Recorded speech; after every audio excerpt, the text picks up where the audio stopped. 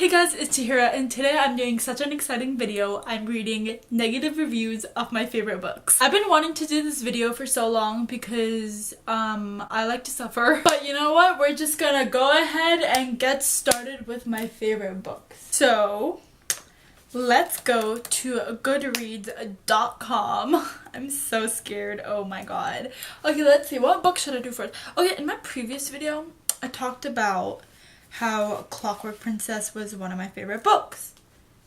So let's go to Clockwork Princess and read all the negative reviews. Oh my god, I'm not ready for people to attack my faves. Okay, so it has a 4.59 rating, which is good because that means a lot of people like it.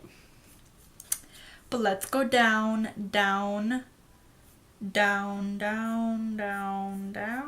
Wait, okay, filter. Ooh, there's 2,001 star ratings. I'm so scared. Okay, let's see. So, let's start with this review. Okay. Oh god, Clockwork Princess is like one of those highly dramatic and nasty soap operas meant to reduce your IQ level. It's literally the most beautiful book of all time. Like, how can you even say that? Stop attacking me. Characters randomly come back to life. Basic laws of nature are challenged and anything happens so long as the main characters have their happy ending. Where was their happy ending? Literally, people died and... Have you read the epilogue? It was not a happy ending. I mean, it was a happy ending, but like, seriously, it's not like a completely happy ending. I mean, seriously, this book has the authority on sickly sweet happy ending. What sickly sweet happy ending? Claire in this book has managed to pair off every single character in it. Sophie gets engaged to Gideon. Then there's Will's sister. Can't remember her name. Her name is Cecily. And Gabriel. Charlotte was always married to Henry, who almost dies but finally survived. That the happy ending isn't compromised. And, okay, are you kidding me? Henry is a genius, okay? And my personal favorite, Tessa, who's immortal, and Will, who ages and is therefore forced to grow old while his wife remains young and youthful forever. And eventually modern-day Tessa, immortal still, and modern-day Jem, who is still alive because before he could die, he became a silent brother. And then finally decides to give up that lifestyle so as to maintain the happy ending. Where is the happy ending?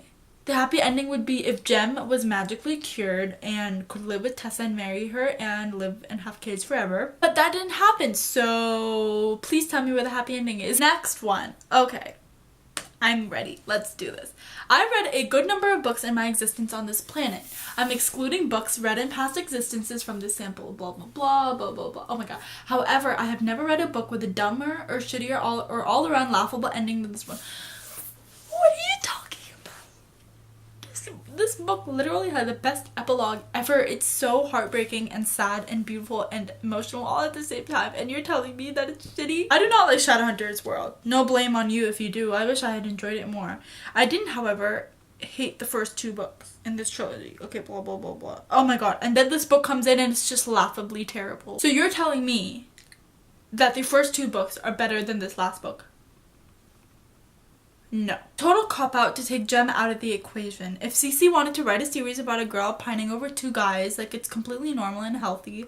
Okay, literally it happens. Like, I'm pretty sure in real life there's a girl that likes two dead guys. Okay, don't put the second guy in the freezer and thaw him when you're okay, I'm done with this. I'm done with this book.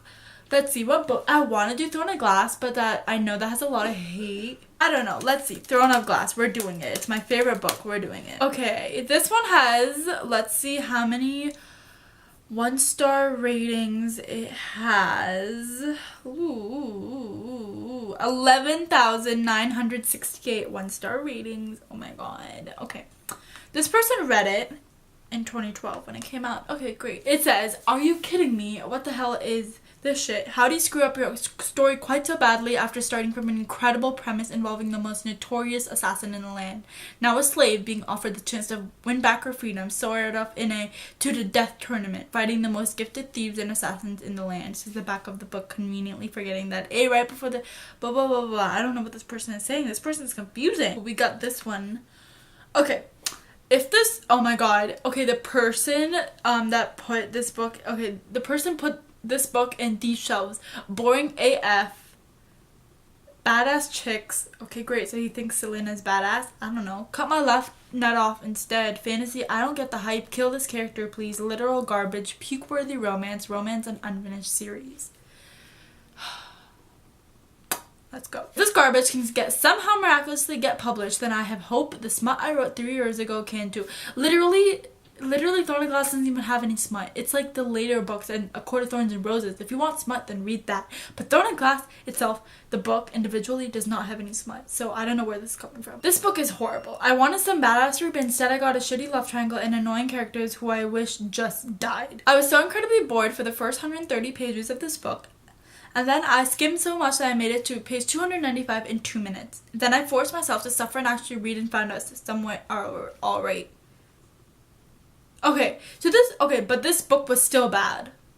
Okay, so this person found it alright, but then still found it bad. I don't know. This person's confusing. I really don't get why people like this, but whatever, my guy, each to their own. Okay, this person has a short review.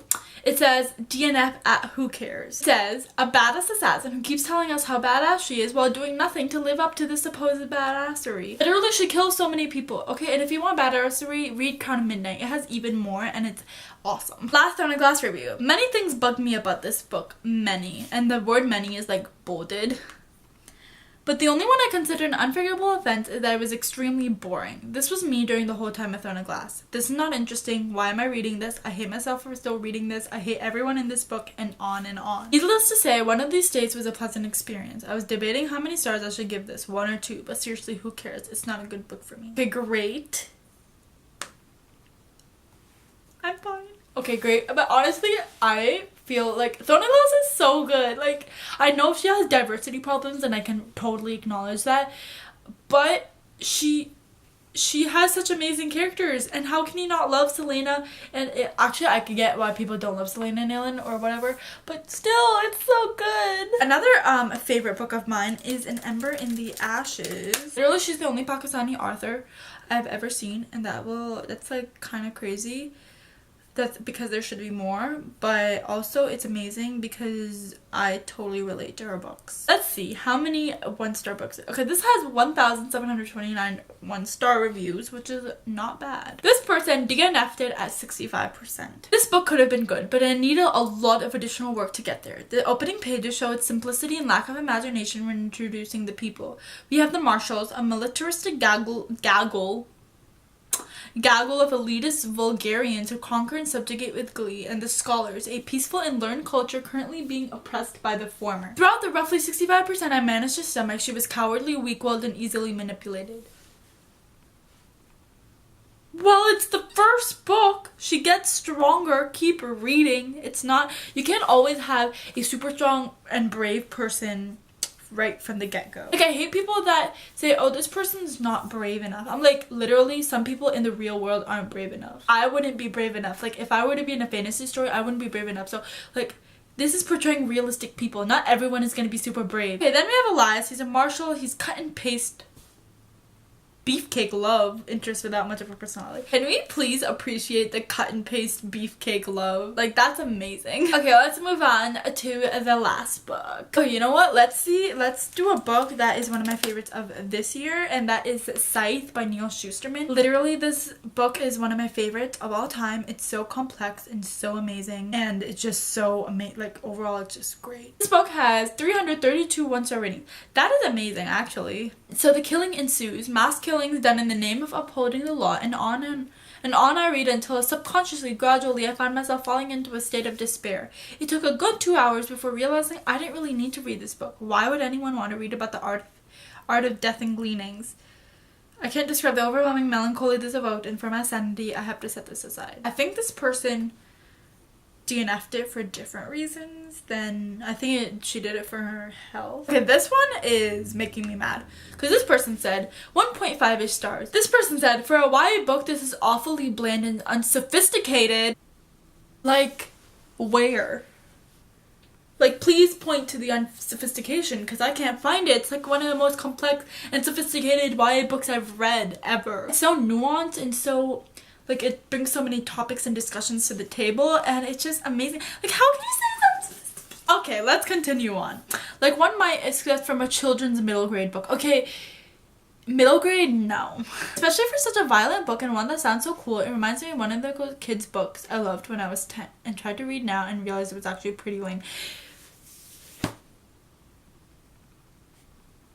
I can't do this anymore because Scythe is literally so amazing and I don't know how anyone can hate on it so much. I don't know how anyone can hate on these books, but I think I'm gonna be stopping here for now because I can't handle any more attacking of my favorite books. It's so sad when people do that. But yeah, I hope you enjoyed this reading negative reviews of my favorite books. I would love to do this type of video again in the future because it's just really fun.